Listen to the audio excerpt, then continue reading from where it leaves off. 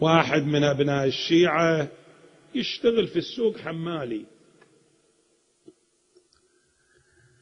فهذا معروف يعني أنه من أبناء الشيعة يشتغل في السوق. واحد من أبناء العامة شافه اشتري بضاعة، قال له تعال حمل البضاعة هذه في السيارة. فهذا لما جاء أراد يحمل بضاعته قال يا الله، ما قال يا علي، قال يا الله. شالها وداها محل اللي يريد، قال له عجب.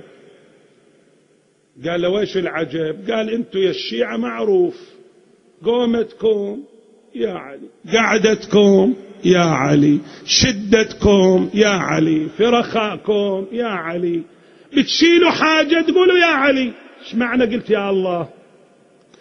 قال له إذا النقلة خفيفة أقول يا الله، إذا النقلة ثقيلة ذاك الوقت أقول يا علي.